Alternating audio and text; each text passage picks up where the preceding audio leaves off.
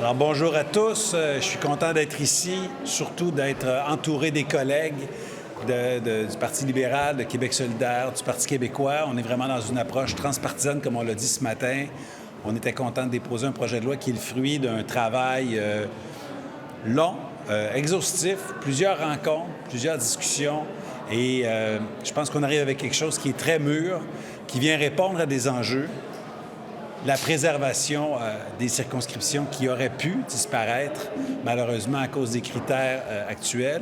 La préservation des comtés qui apparaissent dans des endroits pour garantir la représentativité effective. Un comité de travail très sérieux, avec une démarche très sérieuse pour arriver avec quelque chose qui sera au bénéfice de tous les Québécois pour le moyen et le long terme. Donc, je pense qu'on répond à des préoccupations des Québécois dans toutes les provinces, dans toutes les régions. Ah oui! Dans toutes les régions du Québec. Donc, je vous remercie. Je vais laisser les collègues prendre la parole, puis on prendra des questions ensemble. Merci. Alors, rapidement, honnêtement, je suis très fier aujourd'hui de ce qu'on fait collectivement. Pourquoi? Parce que dans l'immédiat, pour les prochaines élections, là, les gens Laurentides-Lanaudière, les gens de Estrie-Centre du Québec, les gens de la Gaspésie, Bas-Saint-Laurent également, et les gens de Montréal, évidemment, a fortiori partout au Québec, auront une représentation effective. Le fait d'augmenter de 2 députés, nous respectons les délimitations qui ont été faites. Ce n'est pas nous qui faisons les délimitations aujourd'hui. On respecte ça pour les prochaines élections et les élections qui vont suivre. Et je pense qu'il faut le souligner. Moi, ça fait depuis 2012 que je siège à l'Assemblée nationale. Je pense que ça fait depuis 2012 qu'on se dit qu'il faudrait peut-être revoir un jour de façon transpartisane. Mais vous le savez, c'est pas toujours facile à l'Assemblée nationale de ne pas être partisan, mais de trouver une façon de revoir les critères, de revoir le mode de fonctionnement de la CRE. Et là, le comité d'études sur la représentation électorale aura l'opportunité de faire une vaste consultation et d'éclairer les prochains législateurs pour dire voici ce que l'on propose. Ils vont aller même aller voir à l'extérieur, ailleurs au Canada et à l'étranger. Alors ça, c'est une belle avancée. Puis je pense que c'est un arbre que l'on sème aujourd'hui qui va nous permettre d'avoir de beaux fruits quant à la représentativité électorale. Merci. Merci. J'ai comme envie de commencer par une question quiz. Quelle était l'année de la dernière réforme qui a ajouté d'un nombre de sièges au Québec, qui nous est rendu à 125? C'est quand la dernière fois qu'on a changé le nombre de sièges au Québec? Nous autres, on ne participe pas. Hein? Non, vous autres ne participez pas. Personne n'est au courant. Un essai, peut-être? La décennie, au moins? Les années 80, 1989. En 1989, on est passé de 122 à 125 sièges. 1989. J'avais 5 ans. Il n'y avait pas encore 7 millions de Québécois. On est rendu, évidemment, beaucoup plus loin aujourd'hui. On a calculé ça ce matin. On a à peu près 30 de croissance de population depuis 1989. Ça fait longtemps, donc, qu'à Québec solidaire, on plaide pour augmenter le nombre de sièges. Vous savez qu'il y a des rénovations au Salon Bleu en ce moment qui permettraient un total de 129, mais là, on passe à 127. Donc, on est bien content d'avoir travaillé sur ce projet de loi-là aujourd'hui. Il ne règle pas tout, bien sûr, puis le comité qui va avoir à travailler en consultation avec beaucoup de gens au Québec pour revoir les critères, c'est une piste de solution pour l'avenir. Évidemment qu'on plaide à Québec solidaire aussi, vous le savez, pour une réforme du mode de scrutin. On pense que ça serait ça la solution définitive à la bonne représentation des différentes régions, mais c'est un débat que nous aurons dans un autre forum.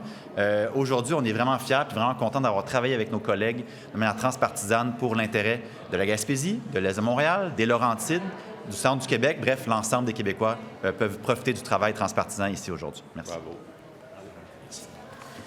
J'aimerais joindre ma voix à celle de mes collègues pour vous dire à quel point je suis fier de ce projet de loi que nous déposons ensemble aujourd'hui, qui est vraiment le fruit d'un travail transpartisan.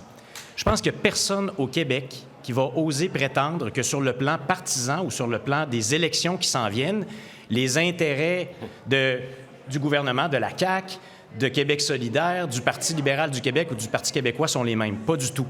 Mais nous les avons complètement écartés pour nous concentrer sur ce qui compte le plus, l'intérêt supérieur des Québécoises et des Québécois, notre système démocratique et trouver les meilleures solutions.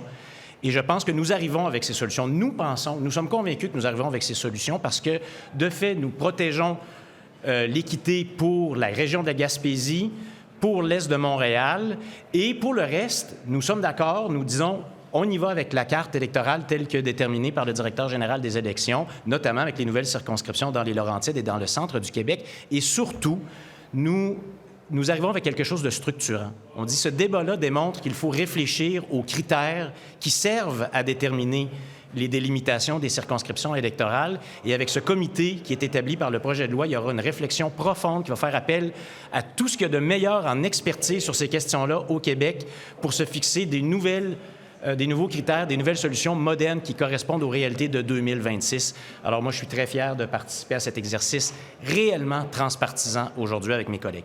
Merci beaucoup. On va passer à la période de questions. On va se concentrer sur le sujet du jour qui nous concerne. Une question de sous-question. François Carabin. Bonjour à vous quatre. Monsieur Roberge, le directeur général des élections vous a envoyé une lettre il y a quelques jours où il disait craindre pour l'intégrité du scrutin d'octobre. En quoi votre projet de loi déposé aujourd'hui va permettre de répondre à ces craintes pour l'intégrité de l'élection? Deux points. D'abord, au moment où le directeur général des élections a fait cette communication-là, il n'y avait pas toute l'information sur le projet de loi qui a été déposé. Depuis ce temps, il y a eu des communications entre les fonctionnaires, les juristes qui ont fait ça, et le directeur général des élections. Nous avons travaillé main dans la main avec lui depuis ce temps. Il y a même des ajustements qui ont été apportés au projet de loi dans l'intervalle pour réellement qu'il soit contributeur à ce projet de loi-là. On a travaillé aussi sur une éducation très, très rapide, donc la carte, si on arrive à faire l'adoption dès aujourd'hui, la carte serait effective dès demain, c'est-à-dire serait connue dès demain. Et à ce moment-là, au moment où le directeur général des élections a émis cette critique, je pense qu'il s'attendait à ce qu'il y ait une troisième carte. C'est important de préciser que le directeur général des élections est prêt à travailler avec la carte de 2022. Les 125 comtés là, qui sont actuels, il est prêt à déclencher une élection là, dès la semaine prochaine selon cette carte-là. Le directeur travaille sur la nouvelle carte, celle qui est déposée en janvier par la Commission de la représentation électorale, et il travaille à l'élaborer, celle-ci. Donc, à partir du 14 juillet 2026, on travaille avec cette carte-là. Donc, ces deux cartes-là, le DGE est à l'aise avec. Le projet de loi qu'on travaille, qu'on dépose aujourd'hui, prend 12 comtés de la carte actuelle avec le DGE est à l'aise et 115 comtés de la nouvelle carte avec laquelle le DGE est à l'aise. Donc, il ne s'agit pas d'une troisième carte là, issue de on ne sait où. Il s'agit d'éléments, dans tous les cas, et de cartes qui, dans tous les cas, ont été dessinées par la CRE, par la Commission. Donc, à cet égard-là, moi, j'ai l'assurance morale que le processus sera suivi et que l'exercice électoral pourra avoir lieu avec toutes les garanties de conformité possibles. Merci. Je vais vous demander de rester au micro, puis si jamais vous voulez répondre, n'hésitez pas, messieurs. Mais je veux vous lire un extrait de la décision de la Cour suprême du Canada rendue sur la loi que vous avez fait adopter en 2024. La Cour suprême disait que le gouvernement du Québec n'avait pas établi en quoi l'interruption totale du processus indépendant de révision des limitations de l'ensemble des circonscriptions et par le fait même la préservation d'une circonscription à Montréal participe à l'objectif général de protection des régions en situation de dévitalisation. Je veux comprendre pourquoi aujourd'hui, ou comment justifiez-vous aujourd'hui la protection de la circonscription d'Anjou-Louis-Riel qui est à Montréal? Je vais commencer par dire que c'est un projet de loi complètement distinct. Donc, la Cour suprême s'est prononcée sur un projet de loi qui est très différent du projet de loi actuel. Donc, on ne peut pas présumer que des critiques s'appliqueraient au projet de loi actuel. Et ensuite, il y avait la question de garantir la représentativité effective. Je pense que les gens craignaient que des citoyens du centre du Québec et des Laurentides, de la Naudière, perdent au change avec une intervention. Ce n'est pas le cas aujourd'hui, mais mon collègue veut avancer dans cette direction. Oui. Donc, les tribunaux se sont prononcés sur la loi précédente. Jean-François vient de le dire, c'est une loi très différente. Et il y a deux motifs principaux, notamment dans les motifs de la Cour suprême du Canada. Il y a l'atteinte minimale. Et là, on vient de le mentionner. En fait, on garde le travail du directeur général des élections, la nouvelle carte qu'il propose, sauf pour les régions affectées par cette intention qu'on annonce aujourd'hui, ou cette volonté de conserver donc une voie équitable pour la Gaspésie, la région de la Gaspésie et pour la région de l'Est de Montréal. Donc, le critère de l'atteinte minimale, il est là. Et deuxièmement, sur le critère de l'objectif, c'est là qu'on l'énonce. On est dans une démarche qui est aussi structurante pour l'avenir. Et là, nous, on le dit, il va falloir dans l'avenir, c'est l'article 8 du projet de loi qui le dit, il va falloir qu'on revoie les critères de détermination des circonscriptions sur la base d'une représentation effective des électeurs, d'une démarche juste et transparente et que ça reflète la diversité des réalités régionales. Et donc, le projet de loi aujourd'hui est très différent de ce qui était débattu devant les tribunaux avec des objectifs très clairs qui sont énoncés à même la loi, le projet de loi. On va passer au prochain, Sébastien, s'il te plaît. On passe, c'est une question. Il y a beaucoup de journalistes. Mais il y a des considérations importantes pour l'Est de Montréal. Il y a des réalités sociologiques, démographiques, économiques, sociologiques qui font d'ailleurs partie des critères actuellement, mais que ce comité va être chargé de revoir. Et actuellement, on se dit, pour une représentation équitable de l'Est de Montréal et de la Gaspésie, voici la solution qui est proposée par l'ensemble des députés. C'est simplement par souci que tout le monde puisse poser ses questions. S'il vous plaît, une question de sous-question. Juste rajouter rapidement quelque chose sur l'Est de Montréal. Rappelez-vous, dans l'exercice précédent du DGE, c'était une circonscription de l'ouest de l'île qui avait été fusionnée. Je pense que c'était Mont-Royal et Outremont. Il y avait eu des enjeux là-dessus, mais ça n'avait pas généré des levées de boucliers comme celles qu'on a connues en ce moment. C'est vrai, comme l'a dit mon collègue, que l'Est de Montréal essaye de se relever d'une dévitalisation, d'une désindustrialisation économique dont, moi, même dans ma circonscription, la rue Sainte-Catherine, on ne s'est jamais relevé de la destruction de Notre-Dame. Fait que c'est un exemple, par exemple, mais il y en a plein d'autres exemples dans l'Est de Montréal où est-ce qu'on a besoin de ce vent-là puis de perdre de la représentation politique. Bien, ça n'aide pas une partie de Montréal à continuer de tenter de se redévelopper. Bonjour. Monsieur Roberge, en tout respect, les recommandations de la Commission de la représentation électorale, vous les avez rejetées. Alors, qu'est-ce qui nous dit que vous allez, ou que le prochain gouvernement va appliquer les recommandations du comité que vous créez aujourd'hui pour revoir les critères? La démarche que nous faisons, elle est unanime, elle est transpartisane. C'est une réflexion qui est exhaustive. On n'est pas seulement à se questionner sur les résultats des travaux de la Commission. On regarde, dans le projet de loi, on crée un comité avec un juge du Québec à la retraite, un ex-parlementaire et un expert. On leur donne le mandat de faire une tournée, d'écouter la Commission, d'écouter des anciens députés, d'écouter des gens partout à travers le Québec, de consulter des experts. Et on leur demande, oui, de se questionner sur, de garantir la représentativité effective, de s'assurer de tenir compte des réalités régionales, mais on leur demande même de réviser puis de s'assurer qu'on ait un processus efficace. Et on leur demande même de réviser peut-être la composition de la crise nécessaire et la manière de travailler. Donc, on est en train de refonder la manière d'arriver à une carte pour que des procédures exceptionnelles comme celles que nous vivons aujourd'hui ne soient plus nécessaires. Donc, on fait un travail de rénovation de fond qui, je pense, est nécessaire et qui, je pense, sera fondamental pour les décennies à venir. Et c'est de ça dont nous sommes particulièrement fiers, je pense. Puisqu'on parle de votre rôle de ministre responsable des institutions démocratiques, est-ce que vous pourriez légiférer pour rendre obligatoire une formation en matière d'éthique et de déontologie? C'est ce que vous demande la commissaire aujourd'hui de faire, de légiférer pour rendre cette formation obligatoire. Sur un autre sujet, on va se concentrer sur le projet de loi déposé aujourd'hui. Bonjour. Toujours M. Roberge.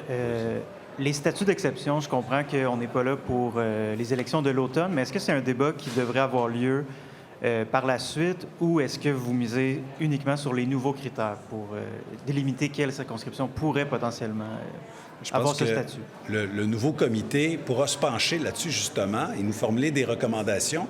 Est-ce qu'il nous recommandera d'utiliser cette voie-là, de légiférer pour créer de nouveaux comtés d'exception, ou plutôt d'avoir des critères qui sont suffisamment précis, efficaces pour que ce ne soit plus nécessaire? Je ne peux pas en présumer. On va laisser la commission faire son travail.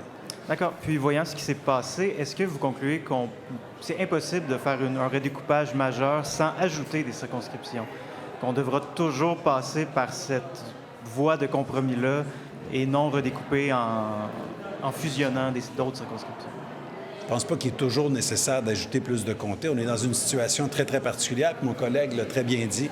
La dernière fois qu'on avait ajouté des circonscriptions, c'était en 1989. Depuis ce temps-là, on a ajouté, 2 millions de Québécois sur le territoire. pense qu'il n'y a pas personne qui va penser que d'ajouter 2 comtés après qu'on ait ajouté 2 millions de Québécois sur le territoire, c'est déraisonnable. Je pense pas que personne va dire ça aujourd'hui.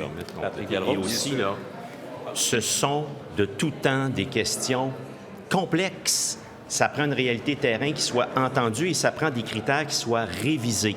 Je vous donne un seul exemple. Pour moi, il est inacceptable que lorsque la CRE, puis j'en ai rien contre la CRE, mais dépose un premier rapport qui s'en va dans une direction, on fait des représentations, dépose un deuxième rapport qui s'en va dans une autre direction et un rapport final qui, pouf, s'en va dans une troisième direction sans qu'on ait eu voix au chapitre. C'est ce qui est arrivé, entre autres, sur l'île de Montréal. Pour nous, il y a de quoi qui ne fonctionne pas, qui ne cloche pas. Et vous dire la complexité des critères, oui, le poids régional, et qu'est-ce qui est acceptable comme marge différenciée? 15 25 50 Alors, c'est important d'avoir un processus qui soit revisité selon ces nouvelles réalités-là. Puis effectivement, la solution, c'est pas d'ajouter des députés à tous les 8 ans, mais c'est de s'assurer que les critères soient revisités et que le processus soit amélioré, tout simplement. Patrick Belrose. Bonjour à tous. Monsieur Roberge, êtes-vous certain d'avoir l'appui de tous les députés indépendants, leur appui ou leur abstention à tout le moins, pour faire adopter le projet de loi aujourd'hui? On a travaillé de manière transpartisane les 4 formations politiques représentées à l'Assemblée, c'est important de le dire. Puis, on l'a co-construit réellement. Alors, il y a eu plusieurs séances de travail et je pense que de ça, on peut être fier. Les députés indépendants ont tous été contactés personnellement par moi. Ils sont tous informés. Je ne peux pas aujourd'hui parler en leur nom. Honnêtement, si vous voulez savoir ce qu'ils et elles feront, je vous invite à communiquer avec eux, mais je ne veux pas présumer de ce qu'un député fera ou ne fera pas. Vous n'avez pas eu leur appui en leur parlant? Je vais les laisser parler en leur nom. Qu'est-ce que vous dites aux gens, puis M. Tanguy l'a un peu abordé quand même, mais qu'est-ce que vous dites aux gens qui pourraient s'inquiéter de voir le politique se mettre les mains dans le redécoupage de la carte électorale, de ne pas avoir laissé la CRE, un comité indépendant, pour faire le redécoupage? Mais c'est justement l'inverse qu'on fait.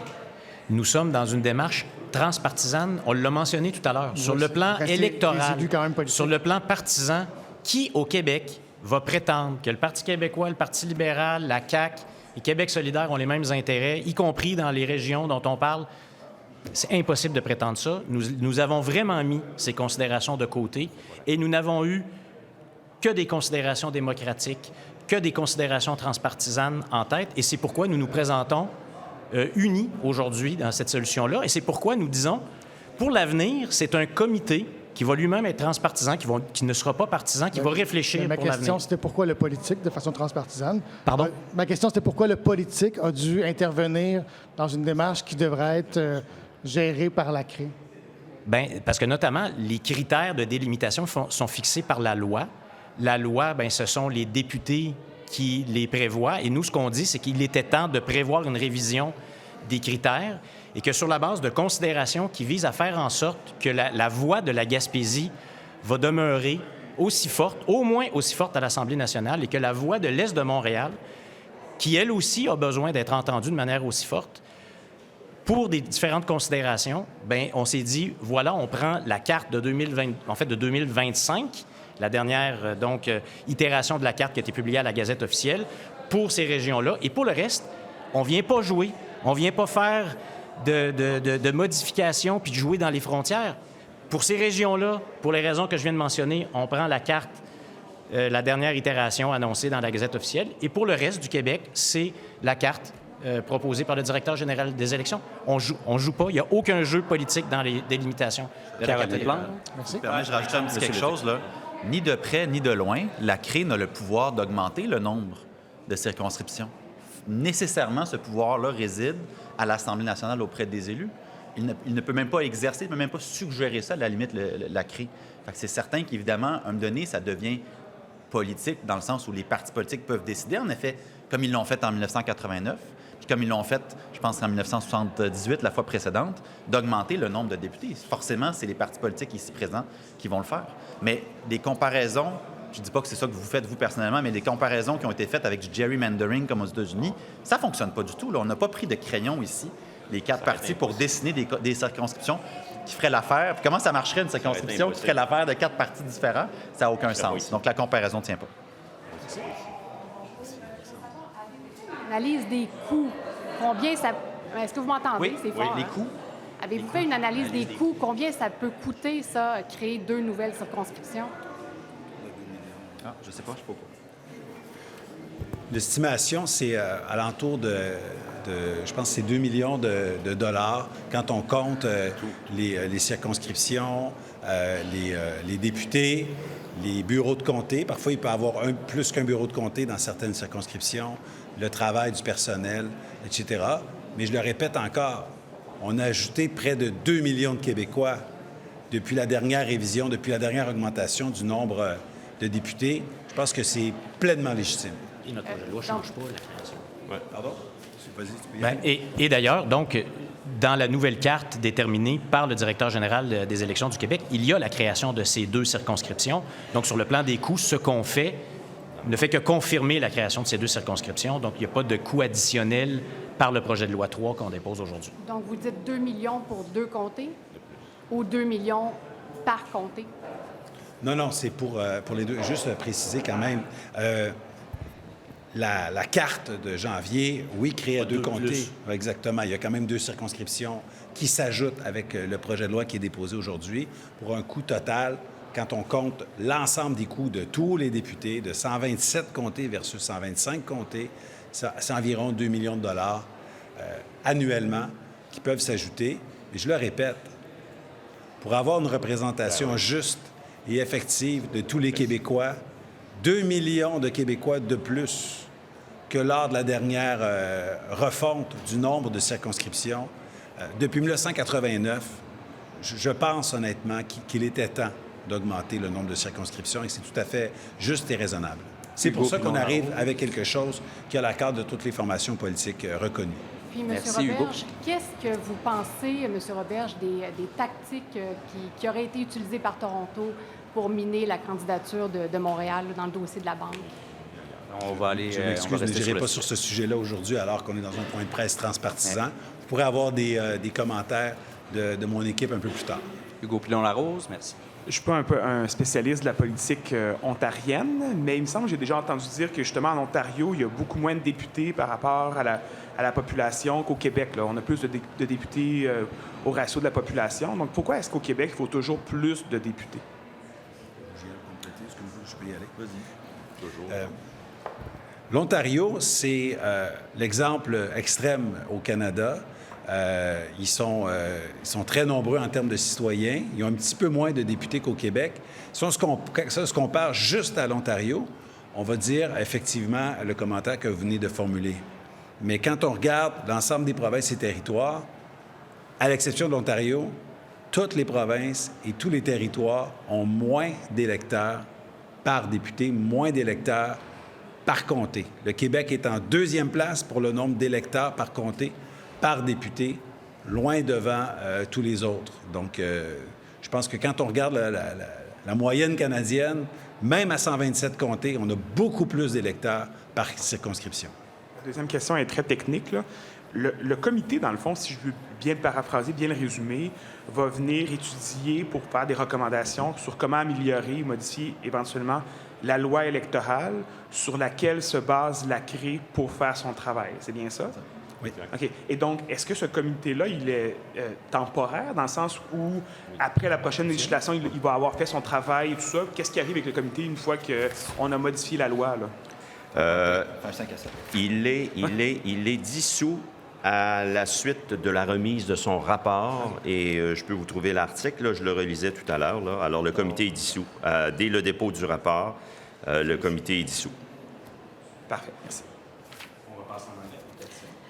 I just would like to understand how people at home can feel that the Supreme Court of Canada had its decision, and then you have the Commission on the représentation électorale, but then you have a new bill that has the power to change the electoral map. After all this process, the ones that were right are the MNAs? It's Section 3 of the Canadian Charter of Rights that make sure or ensure that we have a good democracy in Canada and Quebec. That being said, it's protected, it's not the process in itself, and it's not the criteria of the law adopted many, many years ago.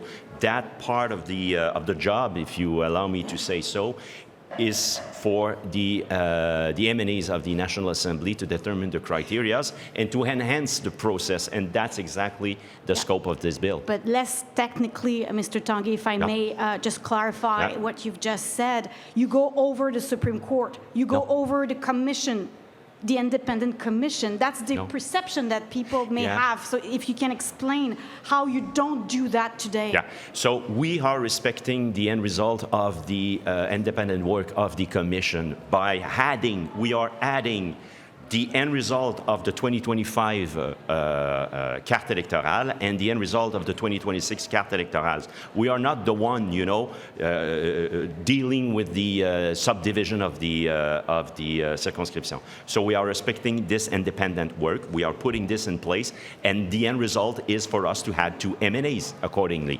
That being said, going forward, I think that within our democracy, it's about time to have a clear discussion with experts, with everyone, and to have a report saying, okay, you should enhance the law with these criteria, and you should enhance the process as well with these other way of doing things. And we had studies everywhere in the world, and also elsewhere in Canada.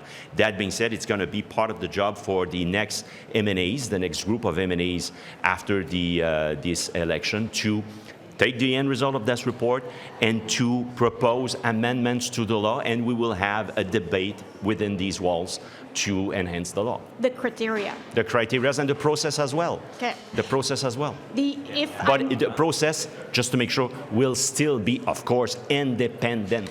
It's not the MNAs who will be fixing the boundaries. It's going to be still an independent but an enhanced process. And the other question that I had is, why do we have, I understand about the Gaspé region, you don't want to have such a wide territory to cover. But what about the east of Montreal? Is it about influence of Montreal?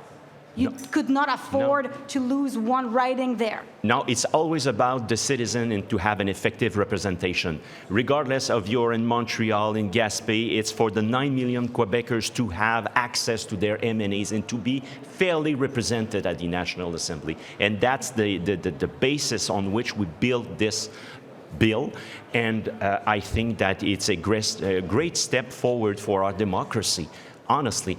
And see, if it had been anything that transpartisan, today it's the end result of a very positive, constructive way of doing things. We can speak to each other here at the National Assembly.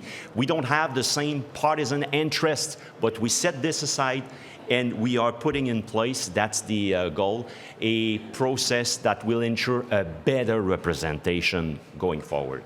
Dan? Mr. Roberge, I just wanted to ask about your motion on the French language today and why that was necessary. Ouh, c'est tentant, ça. Non, c'est même pas tentant. Merci beaucoup tout le